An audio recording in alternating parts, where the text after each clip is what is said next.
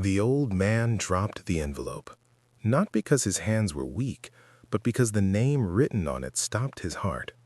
He stared at it on the shelter's front desk, breath shallow, ears ringing, the noise of volunteers and clattering trays fading into nothing. The paper trembled as he picked it back up, hoping, praying that his eyes were lying to him. They weren't. After 42 years, the name he'd buried deeper than any regret had surfaced again, and it was asking for help. He had come to donate and leave. That was the plan. Thomas Reed didn't like staying long in places like this. Shelters smelled of too many memories, bleach, old coffee, desperation wrapped in politeness. He preferred anonymous checks mailed quietly, his name buried under formal letterhead. No conversations, no faces that lingered. But that morning, the weather had turned ugly, and the line outside the community shelter stretched farther than usual. Volunteers were overwhelmed. Someone asked if he could help carry boxes inside. He almost said no. Almost.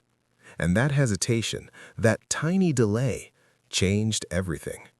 Inside, the shelter buzzed with strained energy. Children sat on the floor coloring with dull crayons. Adults spoke in low voices, eyes darting, shoulders tight. Thomas kept his head down as he unloaded canned food, reminding himself he was just here to help, nothing more. That was when the coordinator approached him with a clipboard. "Sir, thank you so much," she said, already half-turned toward the chaos. "If you could also drop these envelopes at the front desk, we'd really appreciate it." Thomas nodded, took the stack, and walked toward the counter. That's when he saw the name, and everything he thought he'd outrun came rushing back. But no one there knew the truth. The name wasn't common. He knew that because he'd chosen it himself once, long ago, when he was young and terrified and believed walking away was the only way to survive. He leaned against the counter, steadying himself. This had to be a coincidence. Names repeated, lives crossed accidentally all the time. But deep down, a cold certainty settled in his chest. He hadn't been this person in decades, not the man who shook when the past called his name. He'd built a life on control, distance, and silence. He'd buried the boy he used to be and the man he'd failed to become. He slid the envelope back into the stack. "Sir?" the coordinator asked gently. "Are you okay?" "Yes," he lied. "Just need a moment." She nodded and rushed off. Thomas stood there longer than a moment. Across the room, a young man helped an elderly woman into a chair. A teenage girl rocked a baby that wasn't hers. A mother whispered reassurances she didn't believe herself. Thomas felt suddenly intrusive, like he didn't belong among people who wore their needs so openly. He told himself to leave. He told himself it wasn't his place. But his feet didn't move. That was the moment everything changed. He found the file cabinet behind the desk unlocked.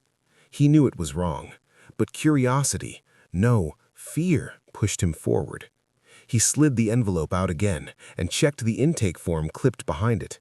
Just a glance, he told himself, just enough to confirm he was wrong. He wasn't. The birth date matched. The handwriting, slanted slightly right, was unmistakable. Thomas closed his eyes. 42 years ago, he'd walked away from the hospital holding a promise he never kept. He'd convinced himself it was mercy, that disappearing was better than staying and failing. He'd told himself the child would be better off without him. Now, that child was here, in a shelter, asking for help. And Thomas's knees nearly gave out. But no one there knew who he was, or what he'd done. He didn't approach him that day. He couldn't. Thomas left the building like a man escaping a fire, lungs burning, heart pounding. He sat in his car for nearly an hour afterwards, staring at nothing, replaying 1,000 what-ifs he'd buried decades ago. He didn't sleep that night, or the next. The shelter's address stayed open on his phone, glowing like an accusation. By the third day, he went back. Not as Thomas Reed the donor, but as Thomas Reed the man who had unfinished business. He found him in the cafeteria, older than Thomas expected, thinner, shoulders hunched like someone used to making himself small. He was helping a child with homework, patient, careful, kind. That hurt more than anger would have. Thomas took a seat at a nearby table, pretending to read a flyer while watching the man he might have abandoned. His son. The word felt dangerous in his mouth. A volunteer called out the man's name. He flinched. Thomas flinched too. That reaction, mirrored, instinctive, sent a quiet shock through him. They shared something after all, but no one there knew the truth. Their first conversation was ordinary, painfully so. "Coffee's terrible here," Thomas nodded at the cup. The man chuckled softly. "You learn to lower your standards." Thomas introduced himself without the last name. The man did the same. They talked about weather, about the shelter's broken heater, about how the city had changed. Safe things. But beneath every word, Thomas felt the weight of everything unsaid. "You volunteer?" the man asked. "Sometimes," Thomas replied. That wasn't a lie, just incomplete. Over the next week, Thomas returned daily, always with an excuse, always with distance. He learned things the long way, the way you do when you're afraid of the truth. He learned his son worked construction until an injury ended it, learned medical bills swallowed savings whole, learned pride delayed asking for help until there was nowhere else to go, learned his son had a daughter. That almost broke him. "She's with her mom for now," his son said one afternoon, staring into his coffee.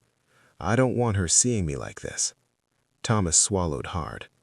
"I get that," he said, and he did. The tension grew quietly. Thomas offered small kindnesses, rides, meals, introductions to job programs, but never money, never anything that felt like rescue. His son accepted cautiously. Suspicion flickered behind his eyes. One night, after a long silence, his son asked, "Why are you really here?" Thomas's heart stuttered. This was the moment. Or it was a moment that could become one. He looked at the man across from him, strong despite everything, kind despite disappointment, and felt the full weight of his absence. But he couldn't say it yet. "Because someone helped me once, when I was difficult," Thomas said finally. His son studied him, then nodded. "Guess we all need that." That almost undid him. The reveal didn't come in a dramatic explosion. It came quietly, on a rainy afternoon when the shelter lost power and people gathered close for warmth. Thomas reached for his wallet to buy hot meals from a nearby diner. A photo slipped out, an old one, creased, a young Thomas holding a newborn, eyes terrified but hopeful. His son froze. "Where did you get that?" he asked, voice tight. Thomas picked it up slowly. "That's me, a long time ago." Silence stretched. Then, "That baby was you." The words landed between them like glass. His son stood abruptly. "You should leave," he said, not raising his voice. "Now." Thomas didn't argue. He stood. "I know I don't get forgiveness, but I wanted you to know. I never stopped wondering." His son laughed, sharp and hollow. "That makes one of us." Thomas walked out. That night, he didn't sleep at all. Days passed, then weeks. Thomas didn't return. He assumed that was the end, until the coordinator called him. "Mr. Reed, there's been an incident." His son had collapsed at work. Temporary labor job, no benefits, stress, exhaustion, untreated pain. Thomas was at the hospital before the sentence ended. He waited outside the room, afraid to go in, afraid he'd be turned away again. But when the door opened, his son looked at him and didn't tell him to leave. That was the moment everything changed. They didn't talk about the past right away. They talked about the present, about recovery, about his granddaughter, about what came next. Thomas listened more than he spoke. Days later, when the silence felt safe, his son finally said, "Why now?" Thomas took a breath. "Because I was a coward. And because I ran out of time pretending I wasn't. His son closed his eyes. I hated you, he admitted, for years. Then I stopped feeling anything at all. I understand, Thomas replied. I would too. Another pause.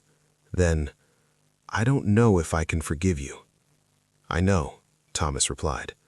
I'm not asking you to. That honesty cracked something open. Rebuilding wasn't quick. It wasn't clean. It was awkward conversations and long silences and small steps forward. Thomas helped his son find stable work, not through favors, but through guidance. Helped him secure housing, showed up consistently. He met his granddaughter slowly, earned her trust, earned her mother's wary respect. Months passed. One evening, sitting on a park bench watching